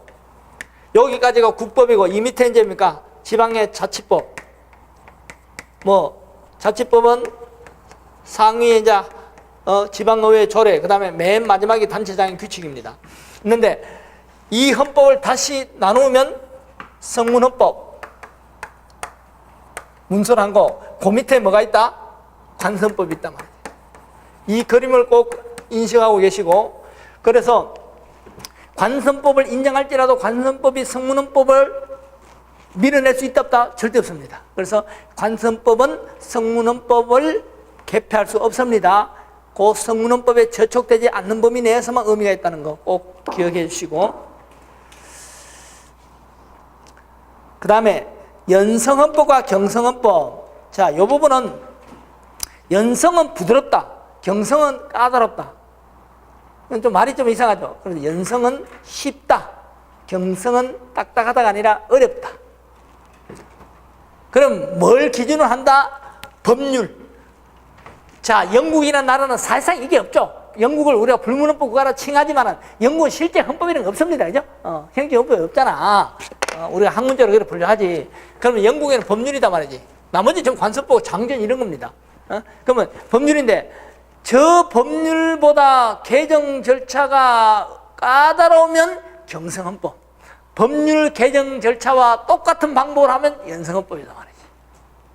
그러면 성문헌법 국가는 현대에서 성문헌법 국가는 99.9% 거의 100% 해도 좋은데 전부 경성헌법인데 1800년대는 저 성문헌법을 편의상 법률 개정 절차와 똑같이 한 나라들이 있었습니다.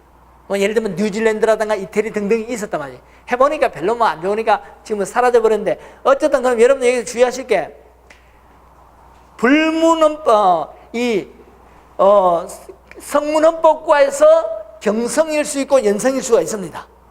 근데 불문헌법과는 별도의 이 뭡니까? 성문헌법이 없다 그랬지? 그러면 불문헌법과는 자, 여기 봐. 장전 이거 개정하는 거야? 안 하는 거야? 손대는 거 아니지? 관습법 개정합니까? 관습법은 뭐 개정해요? 국민 생각이 바뀌면 바뀌는 건데. 판례법 개정합니까? 이거 하는 거 아니지? 판례가 바뀌면 그냥 바뀌는 거야. 개정하는 거 이거밖에 없어. 그럼 불문헌법과는 개정의 대상이 뭐야? 법률이지. 이거 뭐 그 밑에 취급도 하지 말고 빼버리고. 그럼 뭐야? 불문헌법과는 다 당연히 뭐요?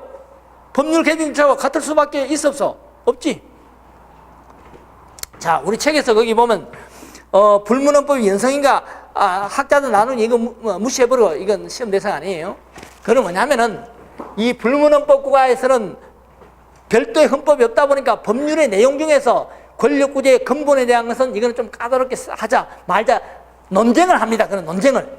지금 여러분 시험 대상이 아니야. 그래서 그걸 쓸데없이 가져온 건데 일단 뭡니까? 여러분들이 불문헌법 국가는 기본적으로 법률이 존재하고 그 법률을 개정하면 나머지는 개정 대상이 없어요. 그래서 결국 불문헌법은 법률 개정 절차와 사실상 같을 수밖에 없지. 그래서 불문헌법과는 곧 연성이다 해도 좋습니다.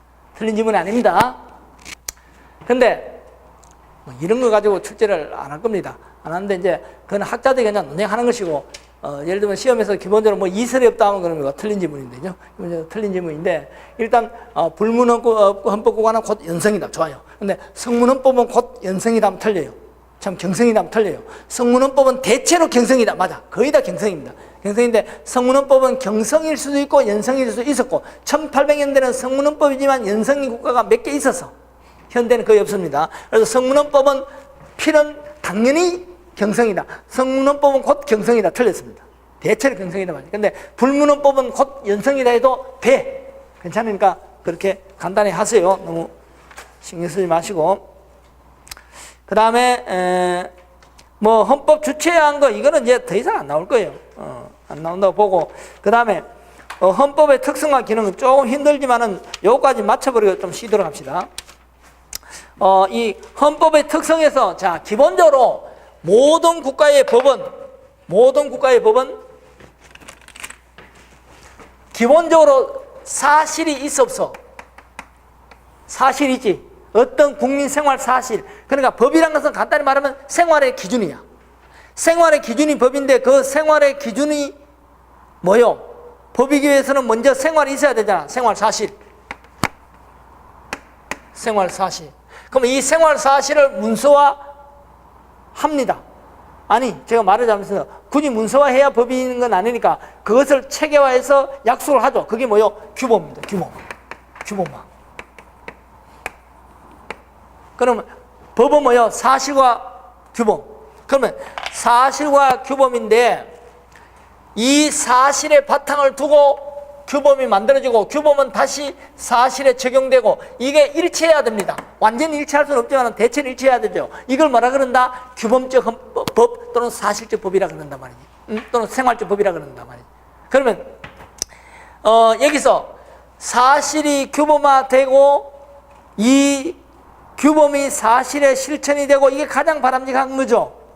그런데 사실은 없이 규범만 그냥 뺏겨오면 처음에는 안 되죠. 이게 대표적으로 우리나라잖아. 영국에서 그러니까 몇백 년을 통해서 다듬어진 그 입헌주의를 그냥 뺏겨오니까 이게 됩니까? 그러나 이것이 거의 근접해질 정도로 가까워진 역사적으로 가장 빠른 나라가 대한민국입니다. 그러면 누구도 부인 못합니다. 그러니까 이게 이제 프랑스나 이런 데 몇백 년이 걸렸단 말이에요. 근데 우리는 뭡니까? 불과 100년도 안 됐습니까? 거의 이게 뭡니까? 일치했다고 볼 수 있죠. 뭐. 지역적인 빼고, 응? 빼고. 굉장히 빠른 나라입니다. 빠른 나라인데, 이 아시아나 남미 제국들이 전부 비틀거리는 이유가 자기들 나라에서 자생적으로 만들어진 그런 규범이 아니라 저 유럽에서 오랜, 그러니까, 부대낌을 통해서 만들어진 그 규범을 하루처럼 뺏겨왔기 때문에 이게 안 맞단 말이지. 근데 안 맞지만은 이 사실에서 규범을 실천하기 위해서 부단히 노력해서 마침내 이게 거의 일치된 상태에 온 나라가 대한민국입니다. 역사적으로 제가 볼 때 이렇게 빠른 나라는 없어요. 없는데 그 점에 자부심을 가지라는 겁니다. 자, 그러면 어떻습니까? 이 사실과 규범 두 가지가 법의 핵심인데 그러면 이 사실에 있어서의 어떤 헌법의 특성, 규범에 있어서의 헌법의 특성인데 헌법의 특성은 사실에서 대표적인 뭐예요? 정치적 합의. 그죠? 정치적 합의. 우리 대통령 5년 단임 제도입니까? 원래 이게 대의제 원리에 안 맞지만은 바로 독재화를 막기 위해서 이렇게 하자. 이렇게 했단 말이에요. 그 다음에 또 뭐요? 이념. 우리가 1948년 불행하게도 두 개의 이념으로 나누다 보니까 한 민족이 이렇게 나눠져서 지금도 고통을 받고 있습니다. 이념. 그 다음에 역사. 그 당시에 역사에 영향을 받죠. 일본의 뭐요? 평화조항. 지들이 하고 싶어서 했습니까? 지금 고치려고 무척 국제적으로 눈치를 보면서 계속 고치려 하죠. 바로 역사. 자, 그 정도 하면 되겠고, 그 다음에 규범적 특성. 자, 규범적 특성은 최고법. 최고법이 아니면 헌법이 아니에요, 무조건. 최고법이 아니면 헌법이 아닙니다. 근데 최고법이 아니면 헌법이 아니기 때문에 굳이 헌법에 최고법을 둘 필요가 없죠. 근데 당연한데 이 최고법을 특히 둔 나라가 있어요. 일본은 기억 안 해도 좋은데 미국은 기억하시고. 미국은 왜? 연방국가다 보니까. 그거 나중에 연방할 때 얘기하겠습니다. 미국은 연방국가의 특징은 뭐냐면 대내적으로는 각 주가 독립된 국가야. 그래서 주마다 헌법이 따로 있고 법률이 따로 있어. 이게 바로 통치 분할이에요. 통치권의 분할이라고 그래요. 통치권. 단일국가, 우리 같은 단일국가는 뭐야? 통치권이 단일당. 그래서 헌법 하나밖에 없지. 법률 하나밖에 없지. 법률이 제주도 따르고 대전 따르고 그런 거 아니잖아. 근데 미국은 뭐야? 주마다 헌법 법률이 다 달라. 대통령 다 주마다 다르죠. 주지사. 주의 대통령입니다. 그럼 여러분들 미국 주에 가서 봐. 그 대통령 주지사 부인을 뭐라 그럽니까? 대통령 부인처럼 똑같이 보면 프레지던트 그러는 거예요. 응? 자, 그렇습니까? 여러분들은 바로 미국 같은 나라는 만약에 이게 뭡니까? 주마다 헌법이 다르고 통치권이 분할되는데 연방을 무시해버리면 완전히 분할될 수 있단 말이에요. 그래서 연방헌법입니까? 이거 그 위에 있는 거니까 존중해라고 강조하기 위해서 최고법을 명시하고 있단 말이에요. 우리는 그럴 필요가 있어 없어? 없죠. 그럼 우리는 그럴 필요가 없는데 우리나라에서 최고법임을 간접적으로 나타내는 대표적인 뭐다? 대표적인 게 헌법 개정을 까다롭게 하고 있다는 거. 한마디로 말해서 경성헌법성. 한국은 최고법 조항이 없습니다. 없지만은 최고법임을 당연히 전제를 한 게 경성헌법성. 즉 한마디로 말해서 헌법 개정 절차를 굉장히 까다롭게 하고 있죠. 왜? 최고법이니까. 그 다음에 또 하나가 헌법재판은 전부 여기에 해당됩니다. 대표적으로 헌법재판 중에 위헌법률 심사를 출제할 가능성이 높겠지만은 헌법재판. 왜 헌법에 반하는 건 존재할 수 없는데 왜 헌법에 반하니까 대통령도 물러나야 되는데 최고법인이니까 헌법재판제고. 자, 위헌법률 심사를 하든 뭐 다 마찬가지입니다. 헌법재판제도. 그 다음에 지금 우리 그 조문을 소개해놨죠. 최고규범성에서 동그라미 2번에 헌법 부칙 5조에 하는 요걸 뭐라 그런다? 지속효 조항이라는 거. 그거는 조금 약간 수준이 높기 때문에 출제될 가능성이 적습니다. 지속효 조항 또는 계속효라 그럽니다. 같은 말입니다. 이 조항은 개정할 때 반드시 있어야 돼. 없으면 어떻게 돼? 국가가 단절돼 버립니다. 자, 우리가 이제 지금 9차 개헌이지 이거 다음에 10차 개헌 합니다. 그러면 10차 개헌 하는 순간에 어떻게 됩니까? 어머니가 바뀌었지. 원래 고지식하게 하면 어떻게 돼? 어머니가 바뀌었으니까 그 밑에 자식들은 다 가다 순간적으로 다 죽어버립니다. 왜? 근거법이 없어졌으니까. 그러면 어떻게 돼? 헌법이 바뀌는 순간에 모든 국가는 올 수도 돼버립니다. 그러니까 어떻게 돼? 이 헌법이 바뀌더라도 과거의 모든 법들은 이 헌법에 반하지 않는 범위 내에서 계속 지속되라는 겁니다. 필요하죠? 지속교정하게. 왜 그럼 이런 조항을 둡니까? 헌법이 최고법이니까. 이해되십니까? 그럼 나머지 뭐 볼 것도 없고 또 시험에 잘 나오는 것. 자, 자기보장규범성. 자기보장규범성. 자, 요것도 또 잘 내는데 헌법은 권력을 통제하기 때문에 권력 스스로 헌법에 위배되거나 또는 국민이 그것을 감시하지 않고 또는 국민 스스로가 헌법을 파괴해버렸을 때는 헌법은 더 이상 손을 쓸 방법이 사실상 없습니다. 일 개인이 형사 질서를 무너뜨리면 어떻게 됩니까? 국가가 경찰력을 통해서 강제합니다. 또는 일 개인이 채무를 이행하지 않으면 어떻게 됩니까? 국가가 역시 뭡니까? 강제 집행을 통해서 하죠. 그런데 국가 권력이 또는 국민 전체가 헌법을 파괴해버릴 때 손을 쓸 수가 없다는 거죠. 한마디로 해서 헌법은 강제 수단이 없다. 강제력이 약하다. 더 강하게 말해버리면 강제 수단이 없습니다. 그래서 여러분들이 헌법재판소가 강제 집행을 했다는 말을 들어보면 거짓말입니다. 헌법재판소는 오로지 뭐요? 위헌이다, 합헌이다, 그 선언만 할 얘기죠. 그래서 이 헌법재판이 진행이 되고 있는 나라를 뭐라 그런다? 입헌주의가 정립된 나라로 평가하는 기준이 되는 거야. 입헌주의가 정립되지 않는 나라 같으면 뭐요? 대통령은 헌법이 위반됐다면 웃기는 소리 하지 마라 해가지고 헌법재판소 다 집어넣어버리고 이런 뭐 의미가 없습니다. 그래서 이것이 바로 헌법재판소는 뭔가 기껏해 헌법재판관 9명밖에 없어. 제기동에 가보면 뭐요? 온통 책밖에 없습니다. 책. 그 큰 건물에 책밖에 없고 그저 뭡니까? 햇볕도 못 봐서 희끄무레한 그 공무원들 몇 명하고 그다음 헌법재판 연구관 보 그다음 워더치는 아가씨 그게 다 합니다. 그래서 내가 우스갯소리로 나한테 경찰력 일개 중대만 주면 내가 뭡니까? 1시간 만에 제압 다 해버립니다. 그런 헌법재판소가 뭡니까? 국가 권력을 막 위원회가 퇴출시키고 이게 바로 입헌주의가 정립된 나라를 가르쳐주는 겁니다. 즉 헌법재판소는 오로지 위헌 합헌 선언만 하면 그것이 먹혀 들어가죠. 그래서 이것이 제도와 체제를 존중하지 않는 나라에서는 성립이 될 수가 없어요.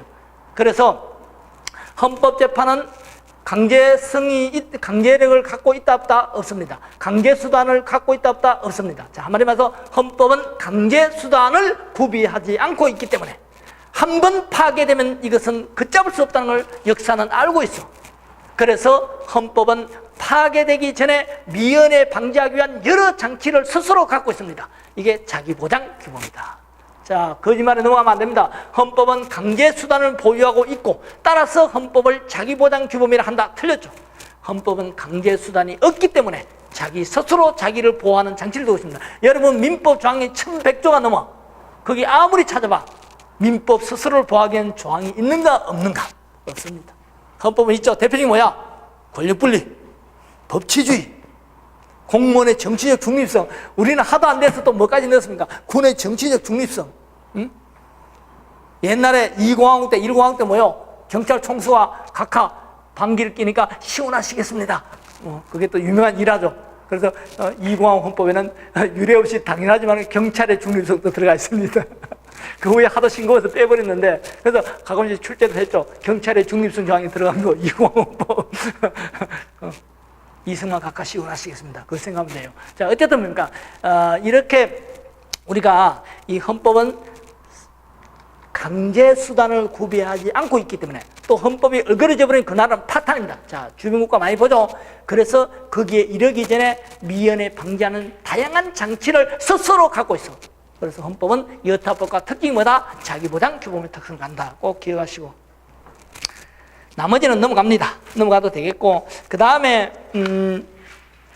그 헌법의 본질과 해석에서 독일의 헌법관이라는 것은 헌법을 바라보는 시각이라는 뜻이야. 근데 이건 너무나 고차원적인 철학적인 겁니다. 그래서 여러분들이 이 부분은 과거에 90년대, 80년대 이럴 때는 이게 시험의 아킬레스건이었어요. 특히 사법시험 등에서는 막 출제자도 아는지 의심스러운 것들 막 출제하고 해서 그 후에 이제 90년 한 중반 넘어가면서 학자들이 크게 대우각성하면서 이거는 우리도 솔직히 모르고 남의 나라 철학을 뺏겨와가지고 이거 출제하고 그렇게 단편적 출제 학생들이 이해하는 것도 아니고 말이 되느냐 해서 출제를 안 하기로 거의 잠정적 합의를 받습니다. 대신에 여기서 우리나라 헌법은 독일 헌법에 바탕을 두고 있기 때문에 반드시 우리나라 헌법을 하기 위해서 해야 되는 게 몇 개 있어.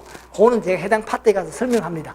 그러니까 여러분들 이거 보려고 낑낑대지 말라고 보지 마시고 내가 필요하면 합니다. 그만 해도 충분하니까 넘치니까 보지 마시고 대신에 이제 뭡니까 30페이지 거기 보면 판례 하나 있지. 이 판례는 꼭 알아야 되는 것인데 그 판례 그냥 굵은 것만 기억해요. 굵은 것만 기억하는데 일단 개별 자 거기 1번 2번 안에 내용이 나오죠. 2번 헌법 규범은 이론적으로 이념적 논리적으로 학자들이 말하는 우열을 인정할지라도 즉 이론적으로 우열을 인정하는 게 다수개념입니다. 그런데 실질적으로 효력을 인정할 수 있다 없다? 없다. 참 효력의 차등을 인정할 수 있다 없다? 없다. 즉 한마디로 말해서 어느 규정을 다른 규정 어느 규정에 비추어 다른 규정을 부인할 수 있는 정도의 효력상의 차등을 의미하는 것은 아니다. 한마디로 말해서 실질적인 효력상의 차등을 인정할 수 없다. 이거 인정해버리면 어떻게 됩니까? 헌법 조항에 비추어서 심사를 해야 된단 말이지. 그럼 이거 위헌해버리면 어떻게 돼요? 국민투표를 새로 해야 되고 엄청난 문제가 발생합니다. 그러니까 헌재가 헌법 조항은 우리한테 오지 말고 정치 니들이 합의 봐서 국민한테 부탁해라. 이 얘기야 간단히 말하면. 그래서 헌법 조항은 이념적, 논리적, 그건 학문입니다. 학문 우열을 인정할지 몰라도 실무에서 헌법재판소가 심사를 할 수 있어 없어. 실질적인 효력상의 차등을 인정할 수 없어. 실질적인 효력상의 차등을 인정 못합니다. 못하니까 한마디로 말해서 헌법 개별 조항은 우열을 인정할 수 있다 없다. 자 그냥 이념도 논리적으로 인정할 수 있다. 그거는 빼고 이제 그렇게까지 출제하는 거야. 그러니까 이념도 논리적으로 인정한다. 그건 학자들이 인정하는데 실질적 효력상 차등을 인정할 수 있어 없어. 없으니까 헌법 개별 조항은 심사 대상이 돼 안 돼? 안 돼. 헌법 개별 규정은 무조건 어떻게 해라. 국민투표를 통해서 개정해라. 우리 손 못 대겠다. 이 얘기입니다. 그것만 기억하시면 돼요. 하고 그 다음에 다음부터는 이렇게 길게 안 할게요. 좀 쉬었다가 34페이지 합헌제 보면서 이것도 어렵지만 시험에 잘 나옵니다. 쉬었다가 하도록 한 10분 정도 쉬도록 하겠습니다. 한 15분 정도 쉴게요.